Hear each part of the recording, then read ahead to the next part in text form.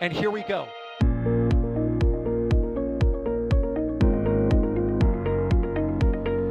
There's the W. Here's ignition.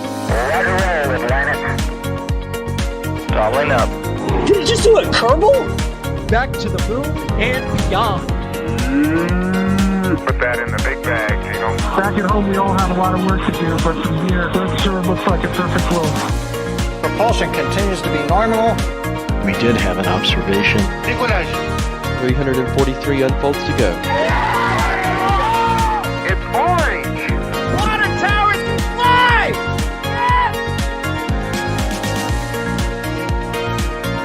Bingo! Right in the center. Where's Jacqueline? There it is! That was surreal. That's not what we want to see. No! Oh my god. Yikes. You bet. Sure. We don't need any more of these.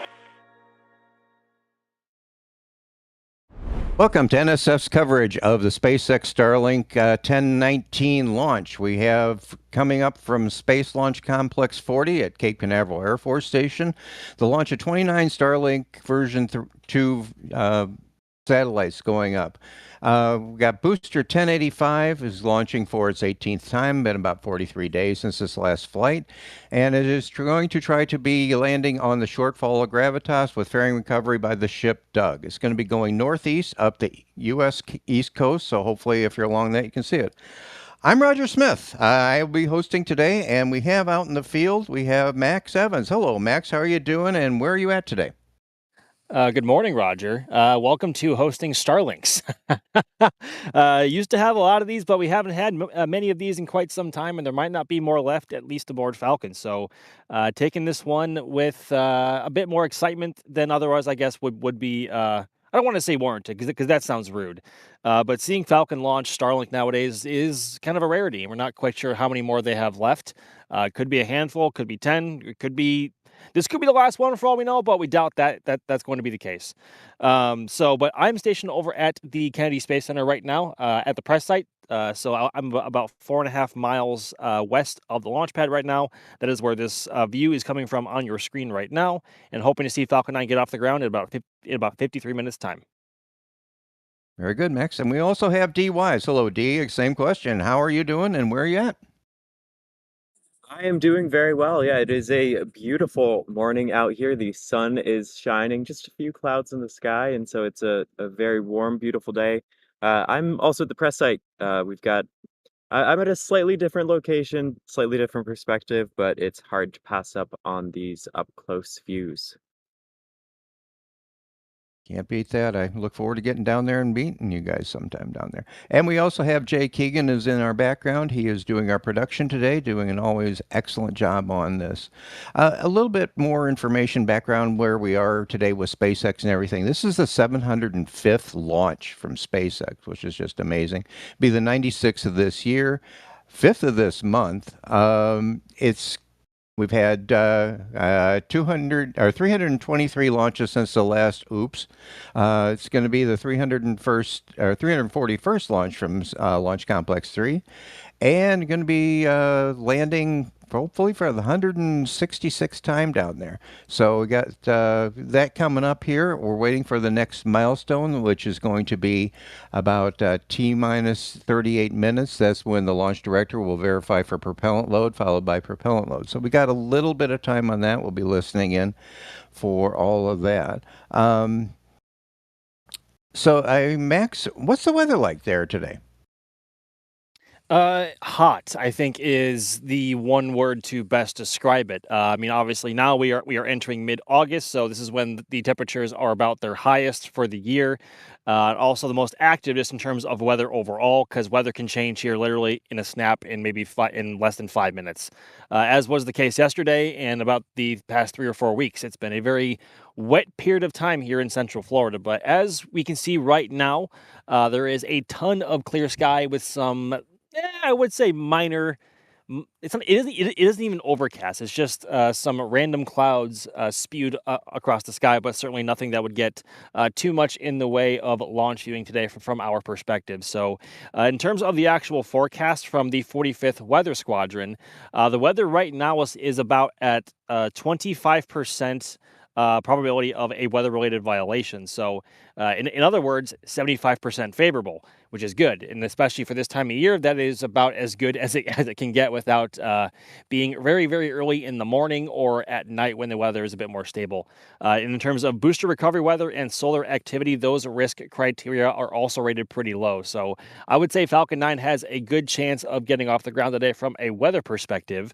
But one interesting note from yesterday, as those who have been following along may already know, SpaceX had a very interesting situation yesterday where the countdown clock adjusted a couple of times in the morning, and then they S-worded. I don't want to say the actual S word, but they S-worded at around 10 a.m. for the T0 that was just after noon there. So, and technically, at least what they have registered is a 4-hour launch window going up until I think it was 2:53 p.m. yesterday. It was a 4-hour launch window, but the last opportunity that we saw, according to the data on Celestrak, was at around 12 p.m. And for whatever reason, they opted to call it off pretty early, well before we even went live. And last night, we know the vehicle was actually lowered as well. We saw it here from the press site. It was not vertical on the pad anymore, and it wasn't raised again until at about 7 a.m. this morning. So not long after I got here is only when it was raised again. And typically, they need about 3 hours to get it ready for launch after going vertical, at least from what we've seen from their fastest turnaround times. But yeah, a bit concerning. That would, I think, suggest an issue more on the vehicle side or payload side that they were not able to remedy with it vertical there on the pad. So obviously teams probably had to go out there and fix whatever they had to fix, but we have no word from SpaceX as to what the issue was. So obviously it didn't seem like it was that big of a deal, because obviously SpaceX is back out there on the pad vertical and trying again, hopefully in about 48 minutes time. But that was rather interesting, I think is the word. Good, Max. And just a reminder to those of you that are joining us today, we more than welcome your questions. We'll take them all. The best way to do that is if you tag NSF, that's type @NSF or @NASA Spaceflight, and ask your question. It comes into our panel here, and we'll pull it in and do our best to answer your questions here.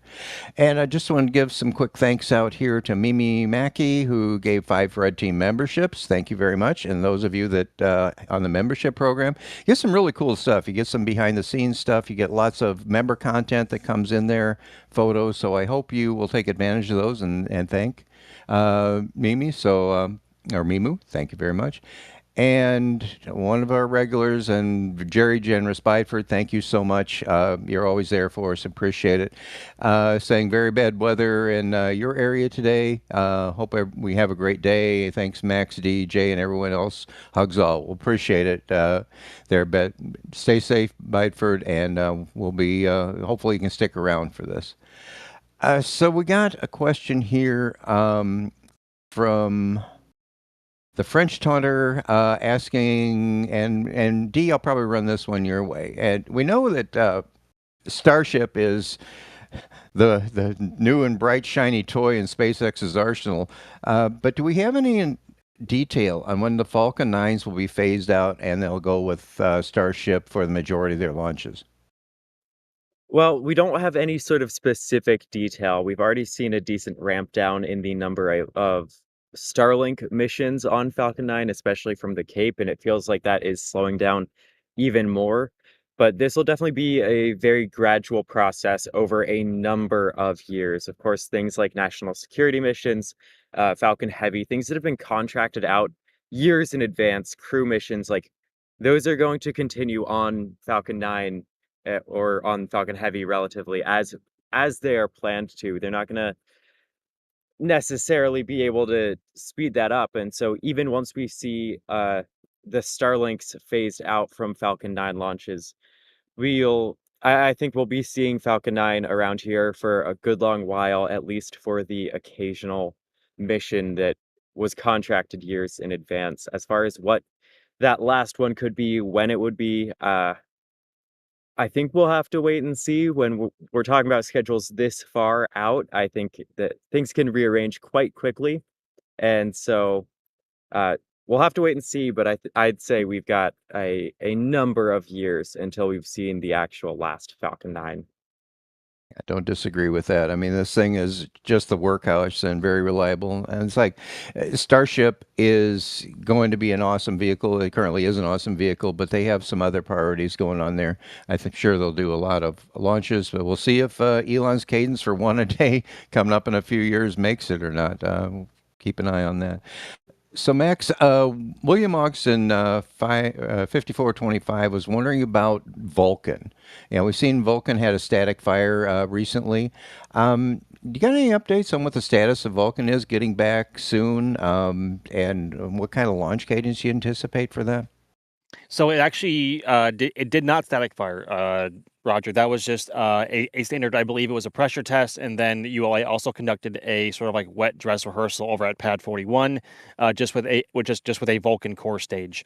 So the status of Vulcan, it's an interesting question because we haven't seen it fly since what was. I think it was February. I think that was when they had another anomaly with one of the SRB nozzles, the GEM 63 XLs that it runs.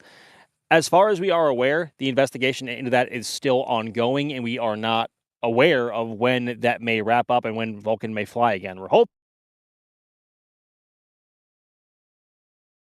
Yeah, that's going to be an awesome vehicle. Again, this is a great time in spaceflight. We have so many companies doing it, not only SpaceX, Blue Origin, Rocket Lab, and all kinds of cool stuff. So it's just a wonderful time. If you're into spaceflight, this is a great time to be here. Dean, we always seem to go back to Starship on these things, but we got some pads going up there down in Florida.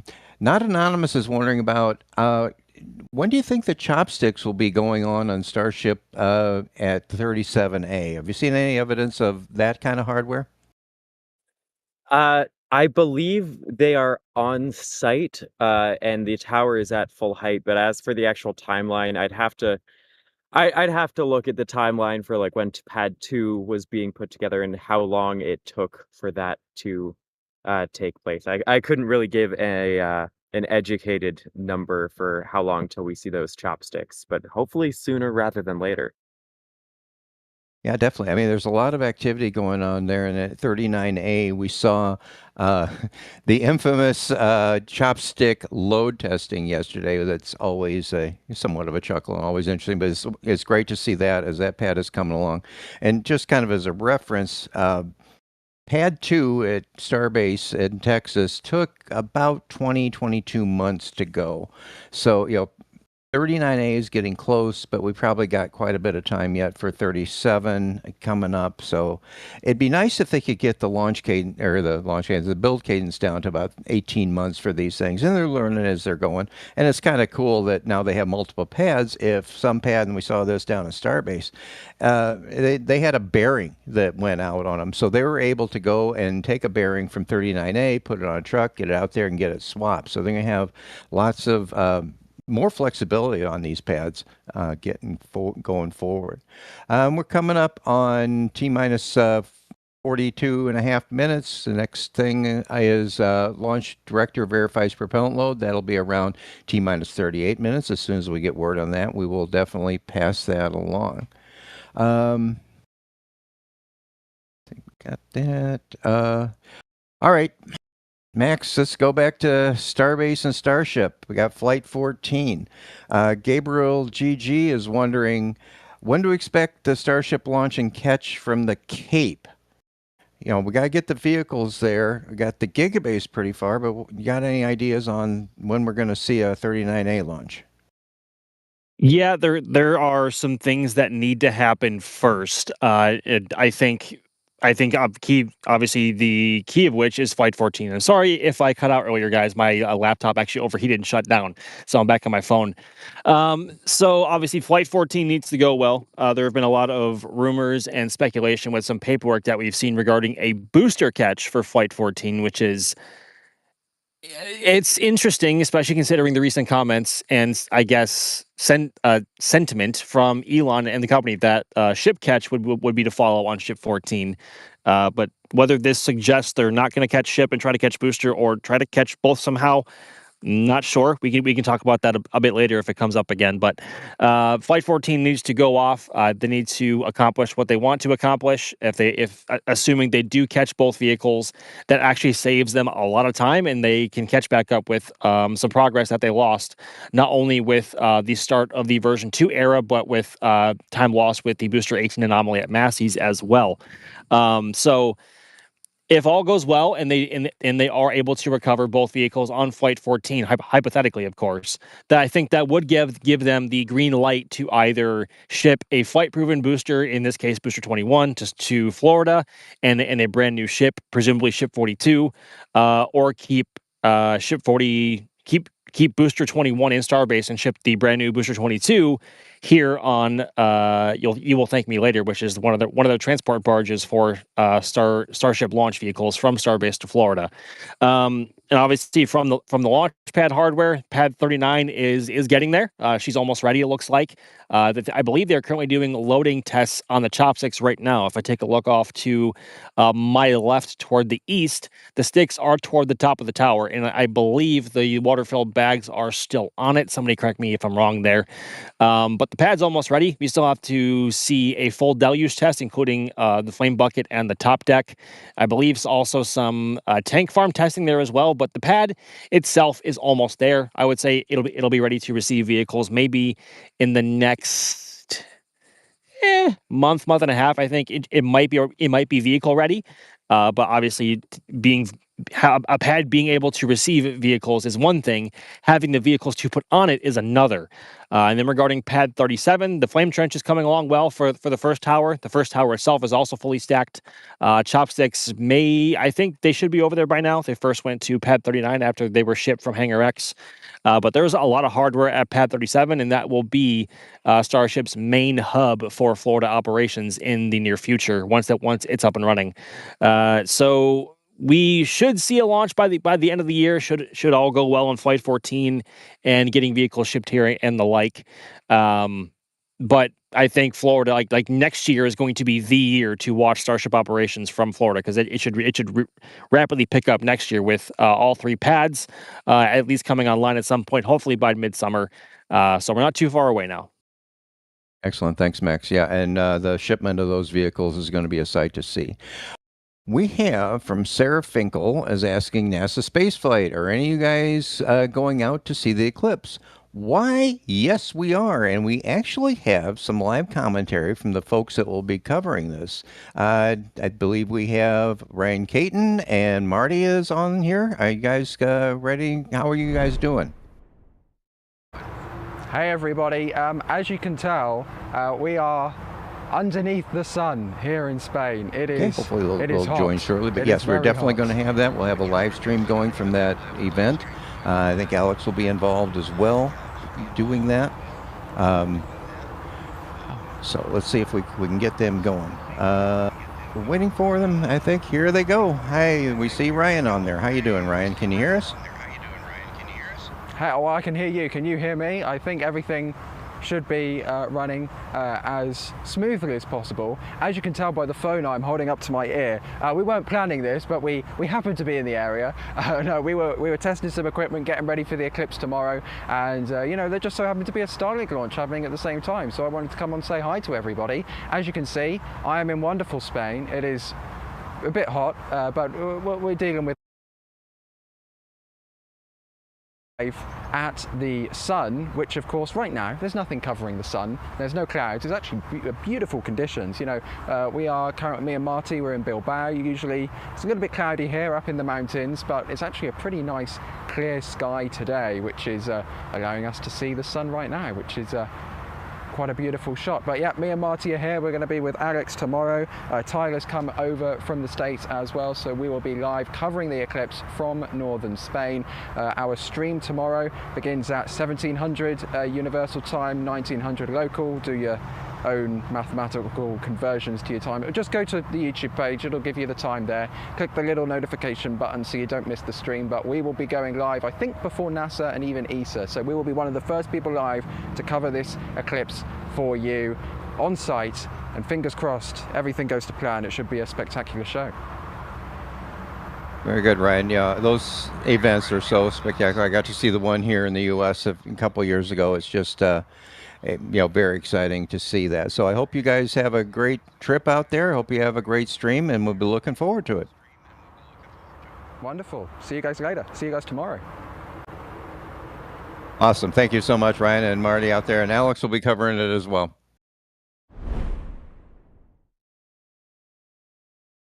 Right, we are still waiting to see if we get any information on prop load here, so we'll be definitely watching that. But yeah, be sure to tune into that stream tomorrow for the eclipse. Again, if you've ever experienced one of those, it's just amazing.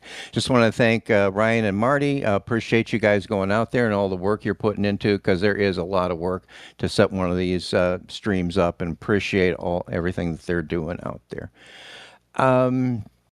We've got... Teomac is wondering, will Falcon 9 ever dock to the ISS? Well, I think maybe you're meaning Starship, if I can interpret that. Falcon 9 has, sent Dragon capsules to Starship multiple times, and that's worked really well. Starship to the ISS, that poses some interesting challenges there, I think, as far as center of mass. You're talking something really big. I mean, the shuttle's docked to there, but I don't know. Can you even envision that a Starship would dock to the ISS?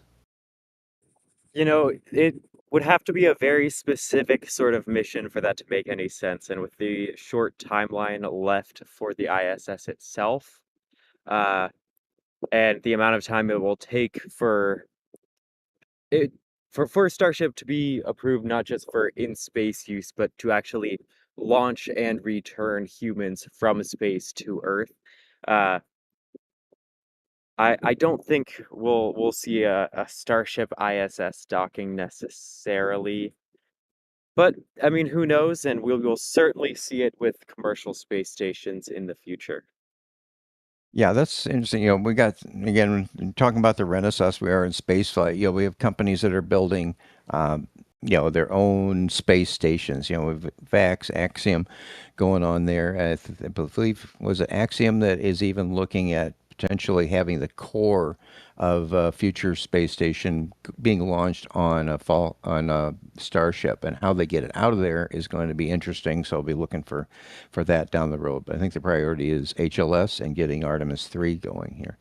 I want to thank John Cokes, Mr. Coffee. You're always a regular. Appreciate for the Red Team membership. Appreciate whoever gets that. Hope you'll enjoy the content that's there.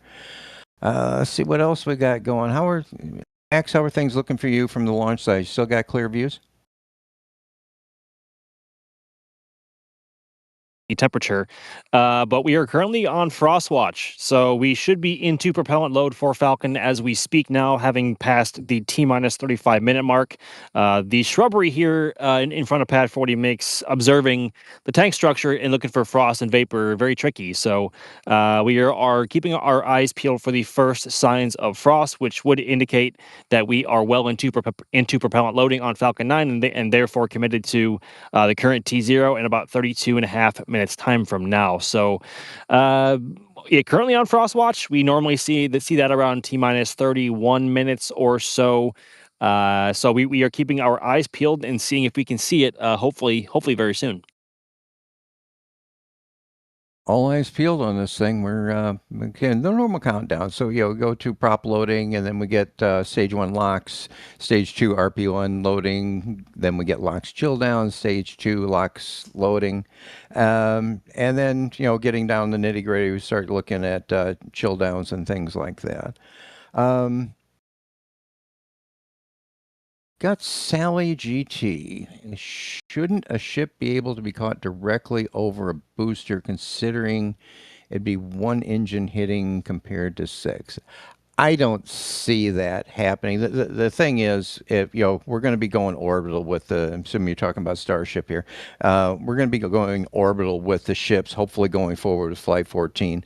You got plenty of time to get that booster safed and off the pad. Assuming I think we're up to 48 hours possibly that the ship can survive. I think it's batteries, if I'm not mistaken. I think that's not going to be an issue, would it, with a booster being caught and then getting it out of the way in time? I was going to ask that one from D if you had any thoughts on that. I believe D is troubleshooting a camera right now, but yeah, I mean, so assuming I'm trying to do the math in my head, so doing math on stream is a dangerous endeavor. I would not recommend it. So I think they could do anywhere from as little as maybe 6 orbits to 8 orbits, somewhere in there, or they could stretch the mission as long as 24 hours, which would be roughly, I think, 16 to 18, somewhere in there. And in that time, assuming they go for a 24-hour mission timeline for ship, and they do manage to catch the booster, that gives them anywhere from maybe 3 to 6 hours to have the booster back on the stand, have it detanked, have it saved, and transported away from the launch site, and keep the pad clear for the ship whenever it does come back. So 24 hours would give them enough time. I think that might be what they end up pushing for, just so they have a maximum amount of buffer between pad inspections and launch and booster catch if they do go for it, because ship catch requires a level of precision that SpaceX has yet to attempt with a vehicle the size of Starship, at least coming back to its original launch complex. So, I mean, Falcon 9 recovery is one thing, super heavy recovery is another. But having a vehicle come back all the way from orbit that is bigger than any of these space shuttle orbiters and be recovered in a manner as unique as ships require, certainly no feat you want to just rush or say F it and just YOLO it, right? So I think that might be what they end up doing, although we will have to wait and see and what they end up doing. But recent paperwork filings do indicate that Flight 14 could be an interesting one. Most definitely. And we'll see. I would be happy if we get an orbital flight. That's such a major milestone, and then they got to get some experience in that environment with the ship, make sure it goes okay. Yeah, I think getting the booster is not going to be a big deal. I'm trying to remember for booster 12 when it came down. I believe, and I think I was with D at the time. We were there the very next day. I think it was a morning launch, and we were there the next day, and it was coming down and rolling back to the production side, if my memory is correct. But a lot of times it's not. Yeah, I mean, it was really quick. I don't think we had any expectations that if Booster was caught, we would be on the beach the same day. But I believe it was next. I don't remember whether it was next morning, next afternoon, or something. But I I recall there being a wait in between the catch and getting back out there, but not a crazy wait for the first time ever recovering a Starship booster. Yeah, that whole experience, that flight was just surreal. I mean, seeing it, and I was out at our river site with Jack and Dan and a bunch of other people here. That we saw that thing come down, and then it landed, and we were all looking at each other. It's like, did we just see that? Did we honestly just see a 20-story building coming in from 50 miles high and landing on those 6? It was nuts. But yeah, they got that thing out in good time. So with the future cadence with version 3s, I really don't see that that's going to be a problem going on. We have Salty GT. I'm sorry, different one. We got Cube 1 BR. How is the Starship recovery going? Well, the last we've seen is it is floating. It has, I'm not sure the proper term for them, but some flotation devices around it. It's being towed engine bay first. I believe they've raised that section of the ship out of the water a bit, but I'm hearing there are rough seas. There's a guy, I think it's What's Happening in Shipping is doing some coverage on this. I don't know if I've seen anything else. I don't know, Max or D, have you heard anything more on the Ship 40 recovery? As far as we're aware, Go Astralis has also returned to the area to assist Norman Ranger in recovery, and I believe they are making way back to the west coast of Australia, anywhere from, I think it was 1 to 3 knots last we checked, which would put them, I think that would put them in for a late August arrival. But obviously, again, they're dealing with very rough seas right now, where they are in the Indian Ocean. I think the peak rough seas were. I think the rough seas were supposed to peak, I think, last night or this morning, our time here on the east coast of the United States. Um, but I think Elon himself said that recovery was not looking too good because of the incoming rough seas. And Starship, as robust as it actually is for what it does, is not meant to be afloat in the water for multiple days or weeks, right? So, in all things considered, it is actually a pretty sensitive vehicle as well, considering the environment that it's in. And that's why almost every single time, not well, except for this one, when it has tipped over in the ocean following its flip and landing burn, the nose cone has exploded. Like it is the skin of the ship is very, very thin compared to how big the actual vehicle is. I think it's roughly comparable to a Coke can, compared to how thin a Coke can's walls are to how tall the actual can is as well. They're very, very thin walls, and unless they hold a good amount of pressure, the actual they're not that structurally sound. In dealing with an environment like saltwater, rough seas, I do wonder how well the seal is going to hold up on the Pez door, how the valves on the Raptors are going to hold up, if the docking ports on the upper side of the ship, which are now currently underwater, are going to corrode, or if a wave is going to come over and have the whole structure buckle and sink it. We don't know. The last update we got from SpaceX was this post about their current efforts, and now we see Ship 40 on those floaters, or fenders, as I guess they are more officially called. But they're making very slow progress back towards the west coast of Australia.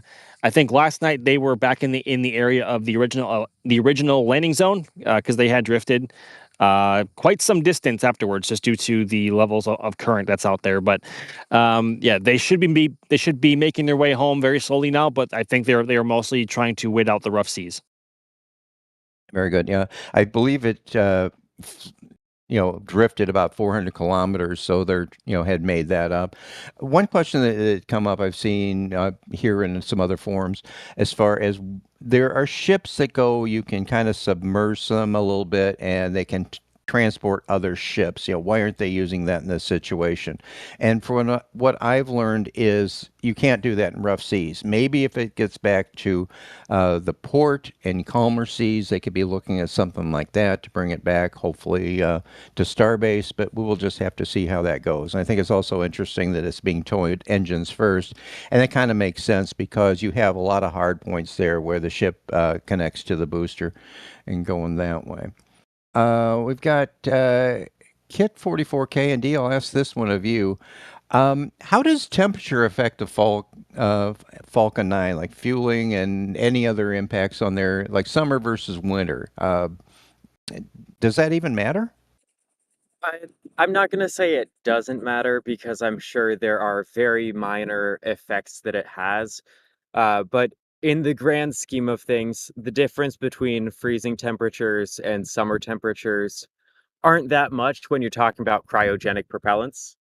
The bigger impact from the temperature is just that in the summer, there tend to be afternoon storms, and that causes weather to be worse versus actual changes to the dynamics of the vehicle. But I'm sure, of course, like boil off would probably be a little bit higher when it is very hot out, but it is relatively, if you're talking within 80 degrees swing, if they were launching somehow from the winter, like especially in Florida, when on the cold side they're probably launching in like 30 or 40 degree weather, like at the cold side most of the time. Like it's not that huge a difference, but that's not to be discounted. The importance that I'm sure all the engineers, everyone involved, does take all of that into account, because some of the more extreme weather conditions can have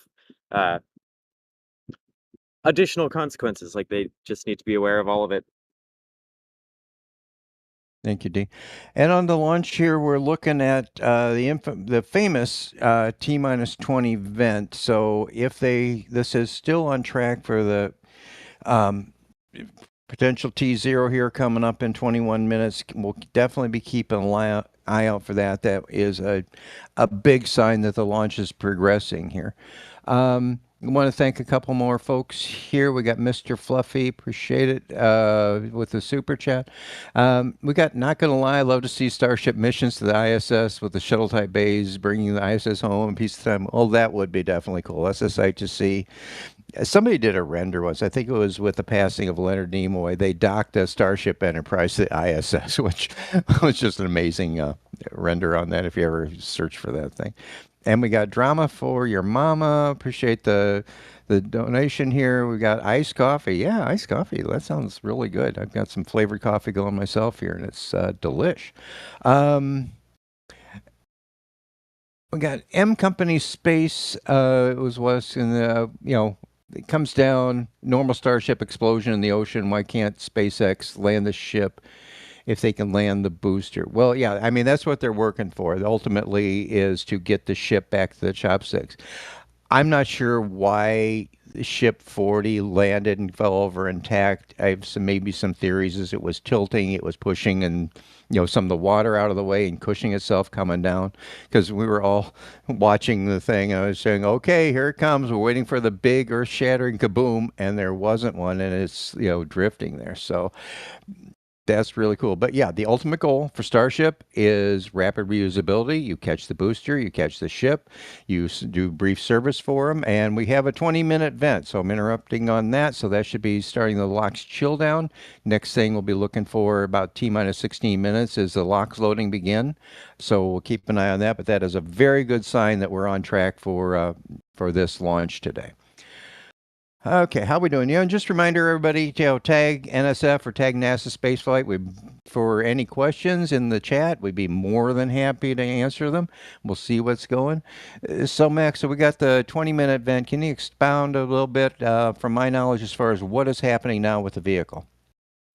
Yep. So at the moment, SpaceX is flowing a bunch of liquid oxygen through the lines in the transporter erector to chill them down in preparation for stage 2 LOX loading. Thermal conditioning is incredibly important when you were talking about working with cryogenic propellants, because if you flow any sort of cryo fluid through any material or plumbing that is not either at or near the same temperature as it, that will cause sudden flash gassing, and therefore, gas expands. When transforming from a solid or liquid, and that would put a bunch of stress on your materials and plumbing, and hopefully not resulting in damage, but that is a possibility in that scenario.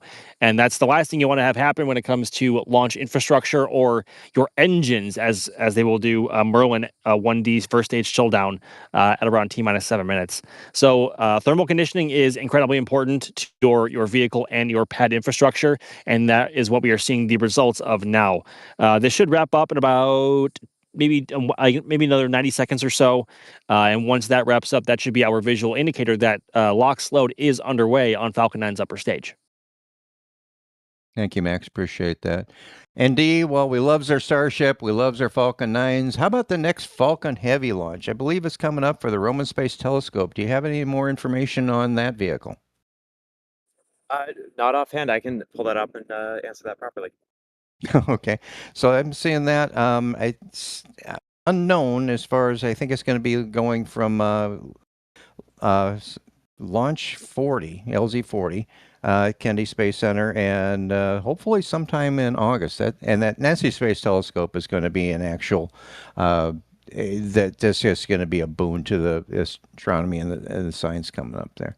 Yeah, so it's currently net or no earlier than August 30th at about 7:25 or so a.m. local time here on the east coast of Florida is the current targeted day and T0.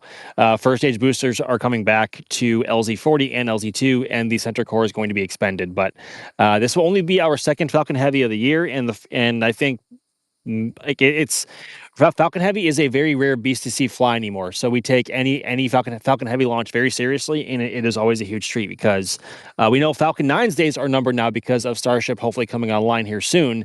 But Falcon Heavy even more so because its usefulness is becoming a big question mark in terms of how what's the word I'm thinking of here? Relevant it's going to be in the coming years if Starship proves capable. So we'll have to wait and see. Very good. Again, we're coming up on T-minus 16 minutes. We'll be looking to see if we get any indication of the Stage 2 LOX load coming up here. Again, want to thank a couple folks here. We've got Rev Heads with 5 Red Team memberships. Again, if you're getting one of those, please thank the Rev Head. Got some awesome stuff in there. Again, lots of member videos are coming out, especially like the behind-the-scenes stuff for launches. A lot of good things there. And we got... Eric LeChuck with a donation here. Appreciate it. And happy birthday to Benjamin. So everybody in chat, wish Benjamin a happy school year and good luck in the first grade. Hey, enjoy. First grade is the best. You get all kinds of great stuff. So everybody thank them and wish them a good day. Okay, I was waiting for the vent here, the LOX chill down here. We'll keep an eye on that. We're still progressing as far as we know on this. We got LOX chill down, and coming up, we'll start seeing Falcon 9 engine chill. And like Max was saying, you've got to chill these lines out. You just can't shock them with the cold cryogenic fluid comes in there. So they got to prepare them. Okay, let's see what else we got going here. Falcon 9 Zistojet is asking, Falcon 9 booster hold the record for most Starlink satellites launched.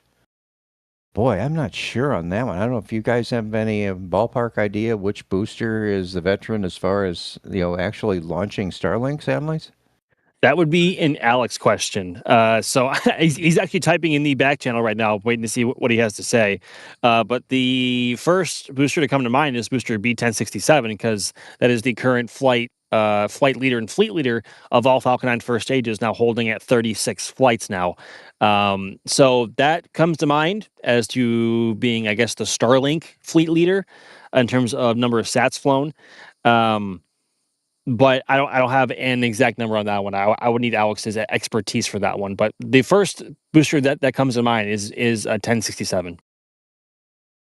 Yeah, so we got Alex. Hopefully, will feed us some information. We need Alex. Alex is just a wonderful source of information for all this going here. And while we're waiting for that, Alex Plan is wondering about in the UK. Will I be able to see the eclipse tomorrow? That I'm not sure, but just we talked with Ryan and Martin that are on site where NSF is getting prepared to cover that event. So we'll have live coverage starting tomorrow. I think the link is, the stream is up there, so check that out. And I don't know if anybody has information on seeing from the UK, but I'm not sure on that. So stay tuned. So Alex is saying booster 1071 is currently the one that's launched more satellites overall. That's 1,147 total. Splitting Starlink and non-Starlink would be hard. So 1,147 satellites from one booster. That's just nuts. I don't know what you guys think about that, but again, I'm old school. It's like they were lucky if they got one satellite out of the thing, but 1,147? What's you guys' take on that?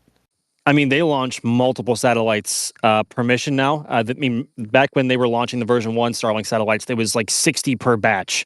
And so that number was going up more, like a lot more heavily per launch than it does now, because they launch no more than usually 28 or 29 Starlink version 2 mini satellites on one rocket. But then you also have to consider the rideshare programs like Bandwagon and Transporter that can launch anywhere from 80 to over 100 payloads per launch, depending on customer demand and where they have to go. So it's not too difficult to have that number of satellites rising quickly per launch. So especially for Falcon, because rideshare has proven to be a very good market for Falcon, as a majority of the transporter missions have launched, I think, from Vandy and as well as Bandwagon. But yeah, rideshare is certainly up there. It is among one of the greatest things that Falcon 9 can do.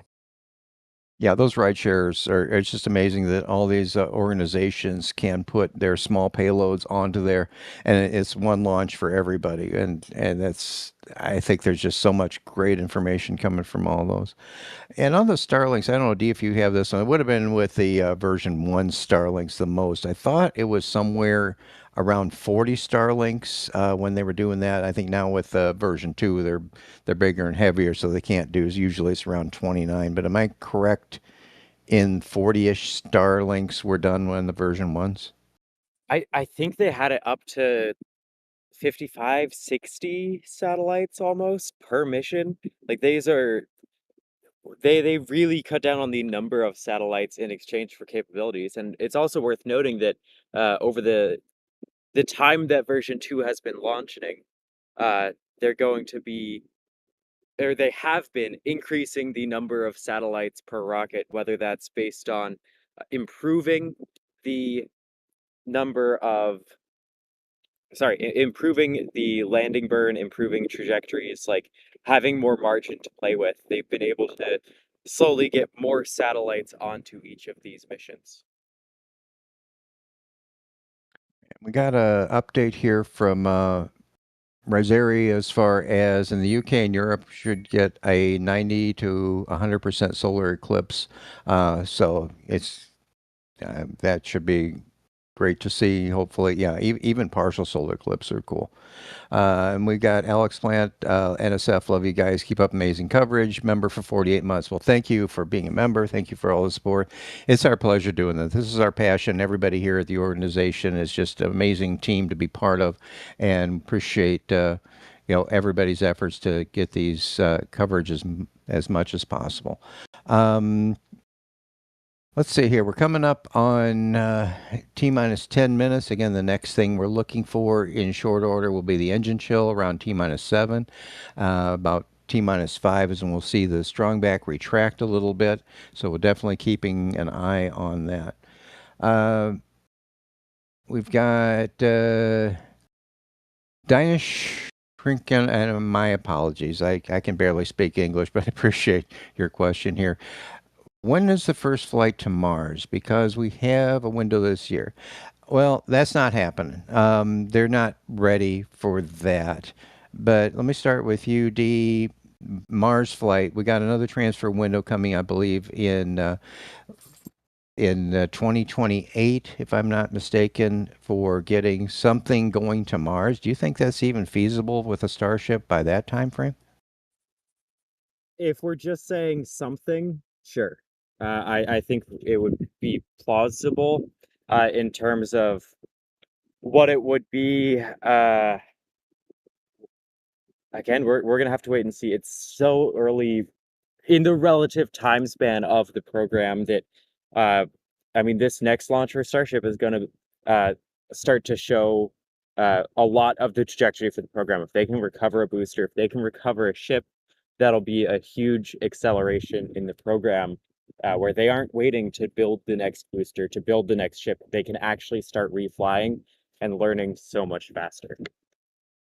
Yeah, it'll be so much fun when they do that.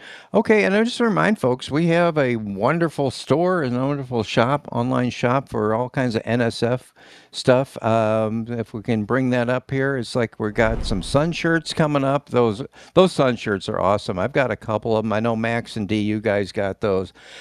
I just can't say enough about those sun shirts. And they come in all kinds of different patterns. You can see the hex tiles. You can see the Artemis. All kinds of different things down there. Those are, just wonderful garments. To be honest, we get some really quality stuff in there. So take a look at those if you get a chance. And we got lots of other stuff. We got some, lots of Starship stuff, lots of Falcon 9 stuff, Artemis. We got patches that have come out. I'm not sure where we are with patches and pins. Those pin collections are just amazing if you get those. They're wonderful collector's items. The patches, get them now. It's once they're gone, they're gone. We can't reorder patches. So we'll check that out and check out all the other merchandise. We got some cool handcrafted stuff. I get mostly handcrafted, some laser etched tumblers and some glasses that are out there. So our good friend Dan works heavily with those things and cranking those things out.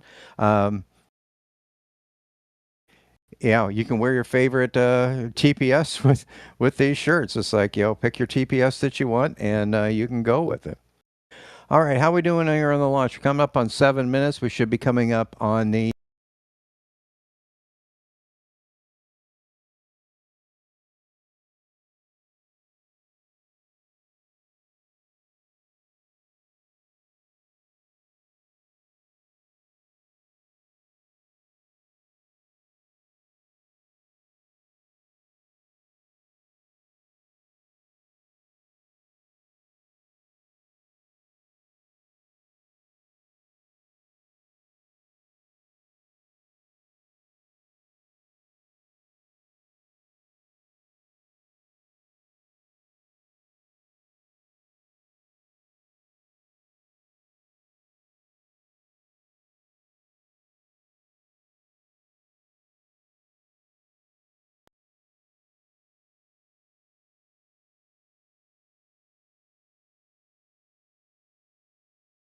course, uh, even more than after launch, we get to see it return to a vertical position.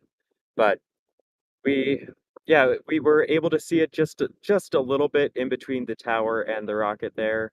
But it is, I mean, yeah, one of the many important steps prior to launch. Definitely another good sign. It's amazing with the mass of that thing. You look at the rocket, but all the infrastructure and how fast they can get that thing to move out of the way. That's just pretty awesome. So we're keeping an eye on the engine chill with that. Again, that'll be the next big step. Then coming up, with strong drag coming out, that's always a good sign. See what else we got here. Max, maybe I'm not familiar with Florida at all as far as Naples. Ziggy is wondering, do you think they'll be able to see the launch from Naples, Florida? Under normal circumstances, and by normal I mean nighttime, because Starlinks tend to launch at nighttime, I would say yes if you look out to your northeast at that point. But being daytime, I've never watched a daytime launch from that far away before, so I can't say with absolute certainty. Maybe you might see the orange bulb of Falcon against the sky, but it's also kind of the wrong time of day to be looking that way, given where the sun is and how bright it is. But it wouldn't hurt to try. I think that much is fair enough. But I think speaking of trying, y'all, I think we are under T-minus 5 minutes now. I think Dee and I have some camera work to do now to get ready for a launch. So I think we are going to go do that, and we will see y'all on the other side. Take care, Max and Dee, photographers extraordinaire, and get some great stuff here. We're looking forward to you guys' views. So take care, enjoy, have a wonderful launch here. See something from Eric. I'm not going to mention. Hi, Eric. How are you doing here? So again, we're getting up to T-minus 5 minutes here. We're under T-minus 5, 4. So yeah, I think we're seeing some venting there possibly. So we'll be watching that. I think the next thing coming up, we're going to have the LOX load completing at T-minus 3-ish. Stage 2 LOX load completing around T-minus 2. Go to pressurization at T-minus 1, and then goes to startup. And then shortly after that, we get verification for launch. And then it's go time. So we will be... it's good. We're getting down to the nitty gritty here, folks. So again, we got some time for some questions. If you want to ask them, just tag us at NSF or NASA Spaceflight. We'd be happy to get them in here. We got Danish Christian. Do you think Starship will make Artemis 3 in 2007? I think it's a very strong possibility. I know they're working hard. We got a new nose cone out, 43.1 out of the Massey test site. I don't know if that's really related to anything for the HLS version of Starship, but we're keeping a close view on that thing. So it's a lot of specialized stuff that's going on with not only them, with Blue Origin on that.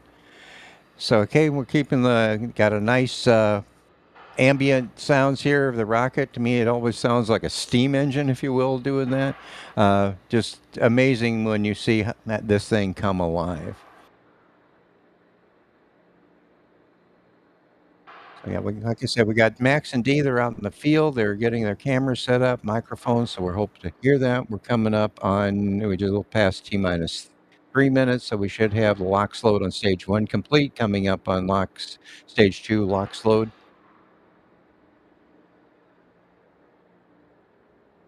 Oh, it's a beautiful view of the fairing. Fairings will be tried, Complete. There you have the call out.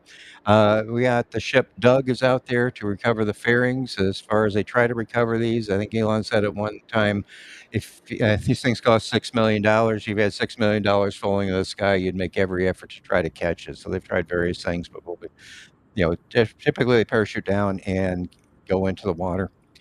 All right, we are looking at coming up on T minus 2 minutes here, so we'll wait for the call out on stage 2. There you have it.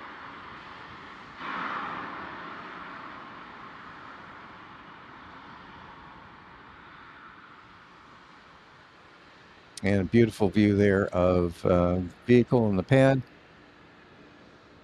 You can see all the venting coming out. That's normal. It's just making sure nothing gets over pressurized, which is something you don't want to do. So we're coming up. Let's hear the call outs. Falcon 9 is in startup. Excellent.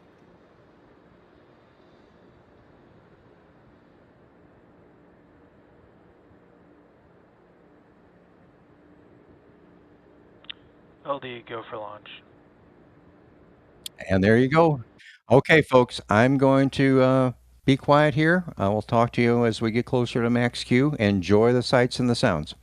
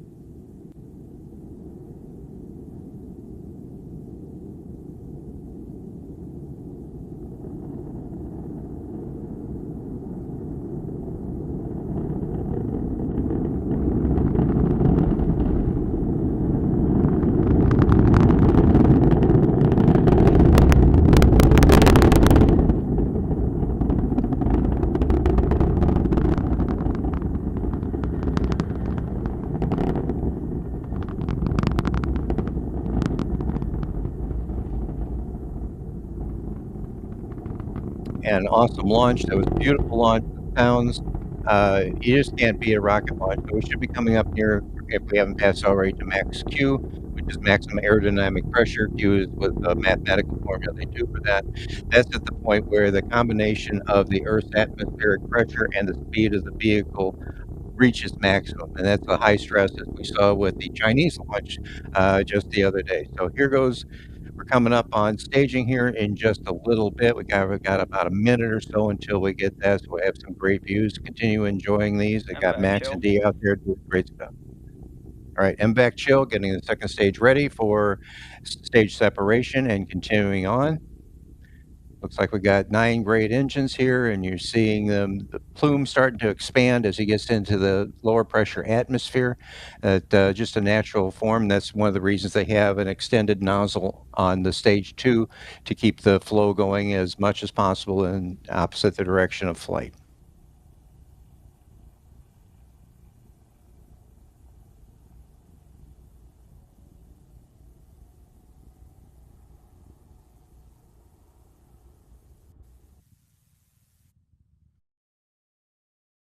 Up on stage separation shortly.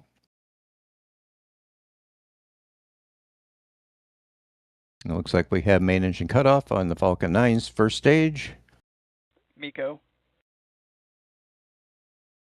Stage separation confirmed.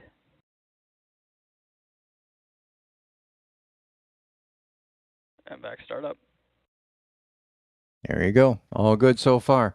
So the booster, 1058 is now progressing back to or down to a shortfall of Gravitas for an attempted landing here. So watching this, we got the grid fins are being deployed. Once it gets lowered up. There you go. And like I said before, those fairings are going to be recovered by, hopefully by the ship Doug that's out there. So we're seeing the grid fins. As it gets lowered in the atmosphere, they'll have more effect on the landing. You're seeing some thrusters going here, and we'll be coming up shortly on first a 1-engine, then a 3-engine, burn for the entry. And then we'll be keeping an eye on that. You got a great view of the Vacuum Merlin on the stage 2 going up, progressing.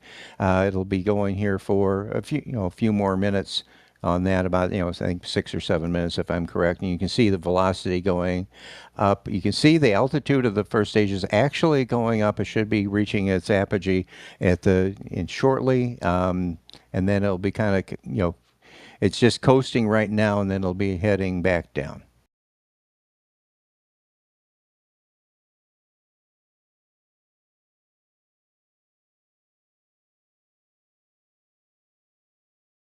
Okay, while waiting for this, we got Skyhag Gaming's wondering about Starship HLS. We're waiting anxiously to see, any kind of indications. So as we peek in the windows on those nose cones and things, so we'll keep, definitely keep an eye on Starbase Live. So we'll be watching those as soon as as soon as we get some information. And again, we'll see when we see. And you can see the booster is now, coming out. Beautiful view there, the cloud layer, and 114 kilometers right now. That should be and starting to descend. So it's on its way down. We got the second stage is going well, and I have somebody to help me out here. You may have heard of this gentleman before. His name is Chris Bergen. Hello, Chris. How are you today? I just pile in. I don't even need permission. I just turn the microphone on and start talking. I've gone mad with power. No, I did ask Jay if I could join in. Yeah, great work, Roger, and great work, Max and Dee, down there actually at the rocket site. And I'm sure they do. I'm sure they appreciate the fact that they get to do that. I just find that fascinating, going out there and actually watching rockets launching at such a cadence as well, such a salvo of launches lately with all these Falcon 9s or what have you. What an era. What an era we're in. It's only going to get more crazy when Starship joins in at the Cape as well. We've seen 39A, we've seen 37 with its 2 pads. There's more coming. It's just really incredible era to be getting into rockets. So anyone in chat who's young and just watching their first launches right now, it wasn't normally like this. It normally was months between launches with the shuttle, and now we've got launches every single other day. It's crazy. It's only going to get worse. But anyway, a little ramble there, Roger. But yes, this launch in hand itself, this is all going very well so far. Yeah, so far so good. I want to go to Max, well, before I do that, I just echo that. Hey, this is just a wonderful time for spaceflight. Stage 1 entry burn startup. Okay, you'll be seeing 1-engine, then 3-engine coming up in a line. There we go. Yeah, wonderful time for spaceflight. If you're passionate, if you want to get into the industry, there are so many opportunities out there. So, Max, I'm going to start with you. From your perspective, can you describe how the launch was? As we come up on the end of stage 1 entry burn here, now plowing towards the drone ship Shortfall Gravitas here in a few seconds, was wonderful. Very hazy, very hot. But very rumbly as always, as it always is here on the Space Coast that never sleeps, or the spaceport that never sleeps, I should say. But wonderful as always, and a very nice vapor cone there as it was going transonic. So that was always nice to see. Good, Dee. I don't know if you're back yet. Can I get your perspective on that launch if you are? Okay, I don't think Dee's quite ready. He's working on one of his slow motions. Stay tuned for that. Dee's slow motions are just incredible here. So we've got the booster coming on. You look at the altitude decreasing so fast. The speed is reducing. The grid fins are taking effect. We also have stage 2 continuing on. I think it gets close to about 27,000 kilometers per hour for this orbital insertion. So that'll be Good news, and here it comes. We'll hopefully be seeing Shortfall of Gravitas in the view. It's always cool if you see that. Hopefully we'll get some views from that vehicle out there that's waiting. So let's stay tuned. Let's keep an eye out how this thing is going down as the grid fins are taking action. Again, this thing is aiming to miss the Shortfall of Gravitas only until it's confirmed everything is good.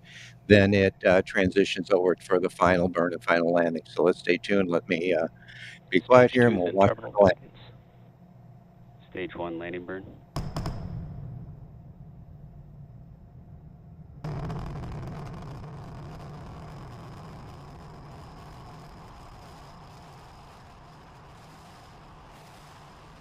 Stage 1 landing leg deployed.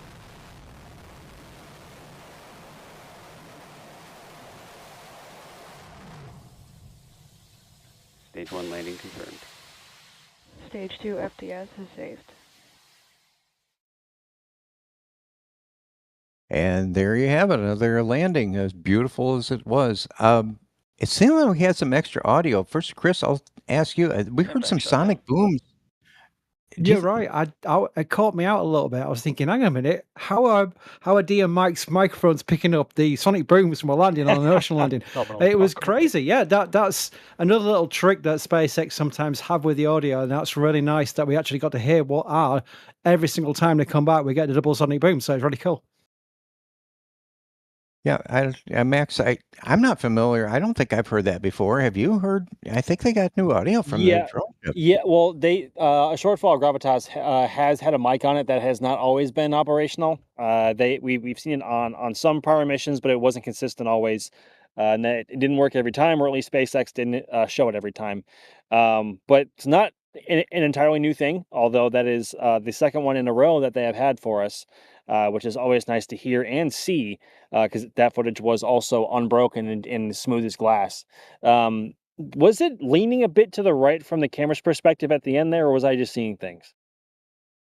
I'm not sure. I don't, Chris, did you have that? Yeah, Max, it was a little power slide, and it did seem to use a bit of the crumple zone in the landing legs, but again, that's pretty normal these days. The challenge of an ocean-based landing compared to a return to launch site has been noted as they're completely different situations. So it's amazing that they're bringing them back so many times. They actually accounted for losing a percentage, I think it was 20% or something, of boosters returning to a drone ship landing. They expected to lose that many, but the benefit of keeping 80% was going to make it economically viable. The fact that they're bringing them all back now is crazy. We're on a run of successes. Slight things like slight slides, not exactly bang on the bullseye. Irrelevant. Doesn't matter as long as the booster gets back and gets reused. And we also have the fairings reused, Chris, correct? It'll be coming down. They're probably still on their way down, floating down and eventually going to parachutes. Is that correct? I remember they were described as pallets of gold falling from the sky because they cost millions. Those little flappy things at the top of the rocket, people are going, what? Just those little things that cover the payload? They can't cost a lot. Carbon composites and whatever, so they cost a lot of money. The fact that they can reuse them is saving them a lot more money. It's part of the reusability equation. Alex had some facts. Here we go. One of the fairing halves was flying for the 39th time. The most flights we've seen for a fairing half, and the other is on its 35th flight. That's a mouthful. Thanks, Alex. But it just shows you, it really is. They are not having to purchase what are pretty much expensive parts of the hardware for the rocket each time they launch. Even to bring the booster back, they're bringing the fairings back as well. And yeah, I remember, Roger, the upside-down fishing nets on the boats, which were how they were initially catching them. But now they've just worked out they can bring them back softly and recover from the ocean with Bob and Doug, the fairing recovery ships. Yeah, it falls into the no part is, the best part. They tried that. I think they actually caught one or two, but it was just more trouble than was worth. So, they actually, probably re-engineered the fairings a little bit so they could survive on the water landings as well as possible. And then they get a ship to do that. Okay, we got coming up here some replays. So, Jay, if you'd be so kind, if you can start running those and we'll take a look.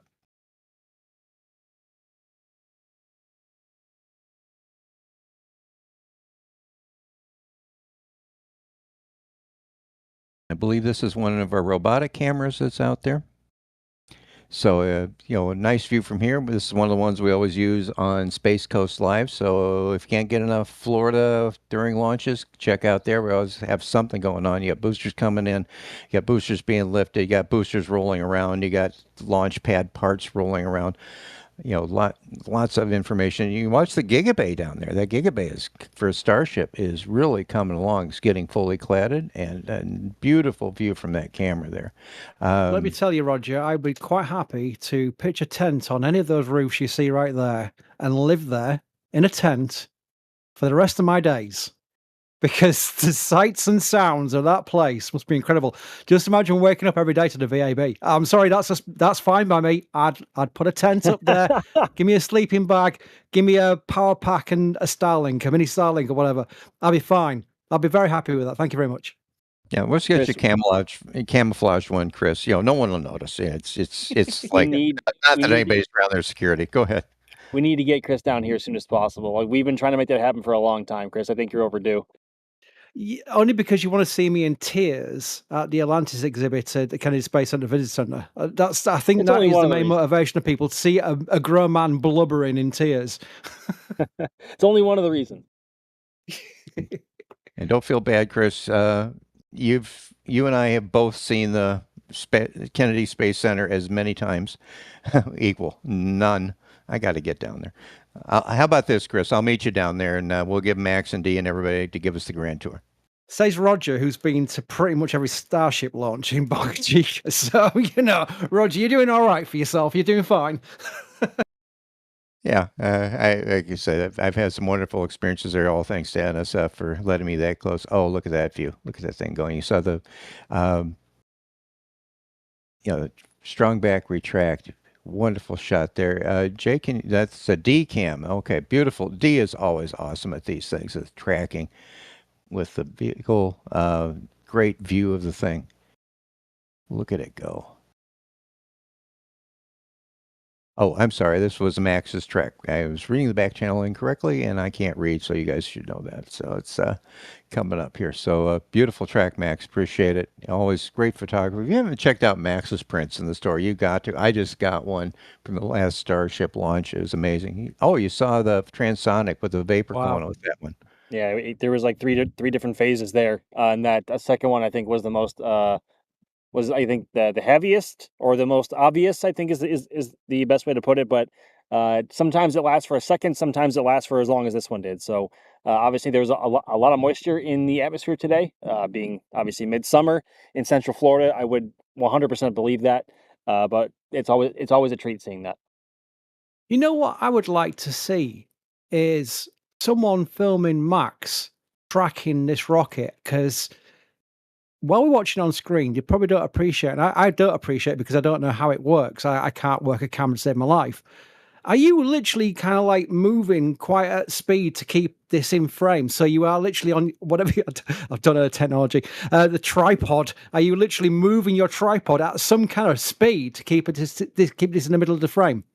Chris, I'm not moving the tripod. I'm moving the actual head that's on the tripod. It can tilt and pan and rotate. So it's surprisingly uneventful watching me do it. I'll be completely honest. I'm just pointing a camera up and then bringing it down again as it goes down range. But this is a brand new tripod. I'm still getting used to how the head moves. It wasn't quite as smooth as I was hoping it would be. So apologies for the somewhat shaky track there. And also, I haven't tracked a launch in a minute, so I'm kind of rusty. Yeah, tracking atrophy is a real thing. So, but yeah, it was fun as always.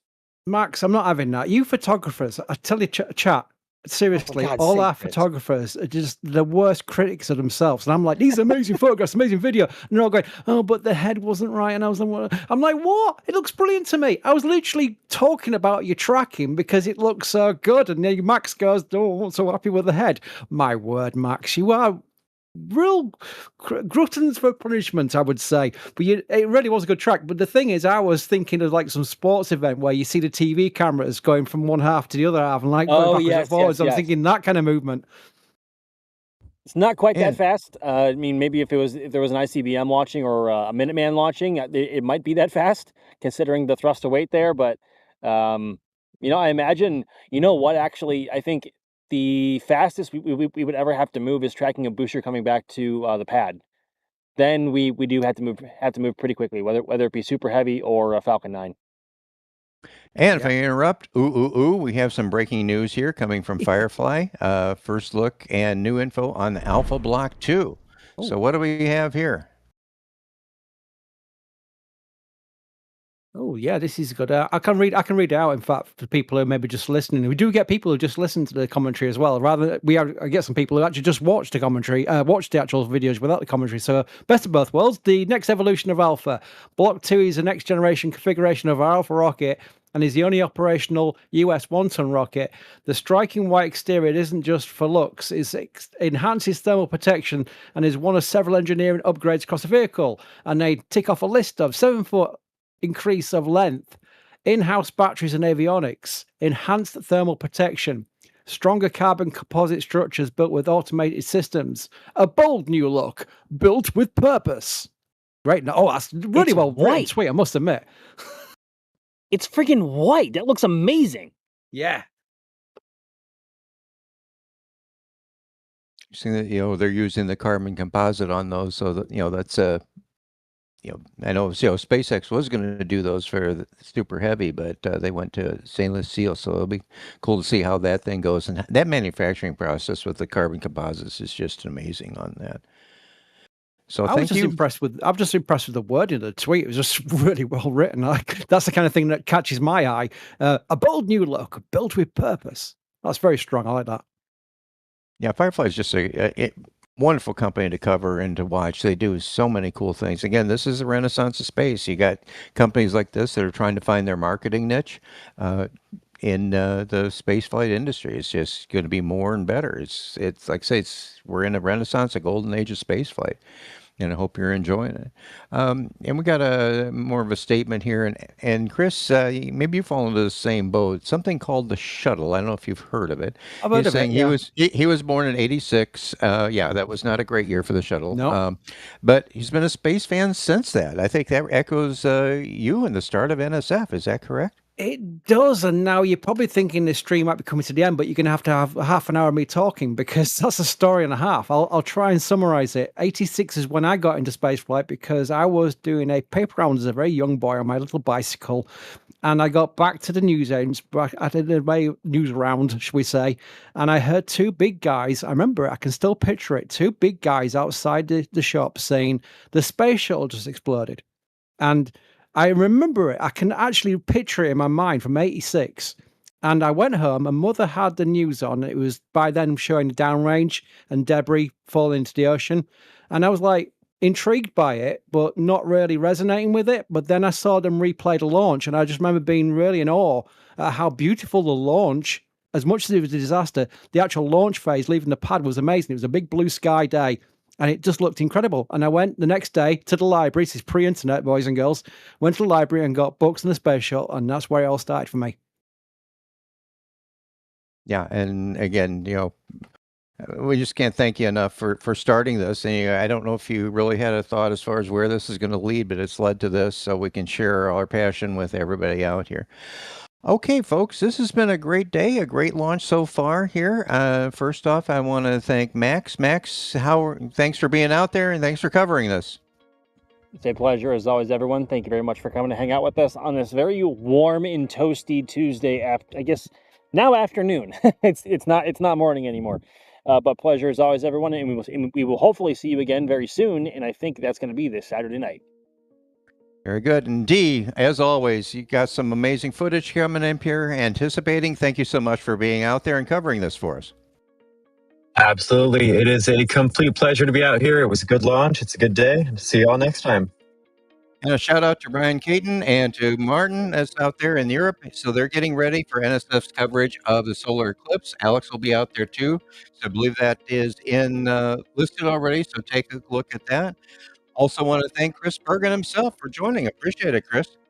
Well, I didn't do much. I just joined them, but we got wrapped aside in 2.5 hours' time. So if you're on Starbase Live, we'll do some more chatting there, more relevant to Starship for that one. Definitely. And thanks, Jake Egan, for producing this. And I'm Roger Smith and agree with Chris. If you want more rockets Yeah, we always have fun with our Raptor size over on Starbase Live. That's 2 p.m. Central, 3 p.m. on Eastern Time. So with that, take care, everybody, and thanks for being here.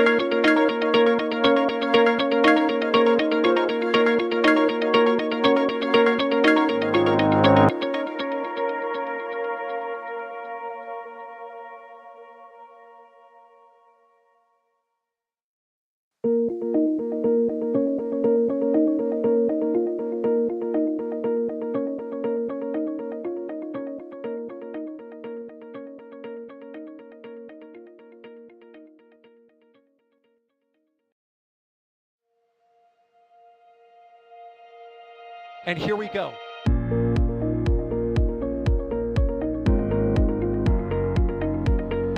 There's the W. Here's ignition. Roger, roll, Atlantic. Doubling up. Did it just do a Kerbal? Back to the moon and beyond. Put that in the big bag, Jingle. Back at home, we all have a lot of work to do, but from here, it sure looks like a perfect world. Propulsion continues to be normal. We did have an observation. 343 unfolds to go. It's orange. Water towers fly!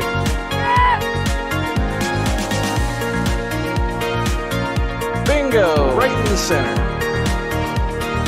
Where's Jacqueline? There it is! That was surreal. That's not what we want to see. No! Oh my god. Yikes. You bet. We don't need any more of these.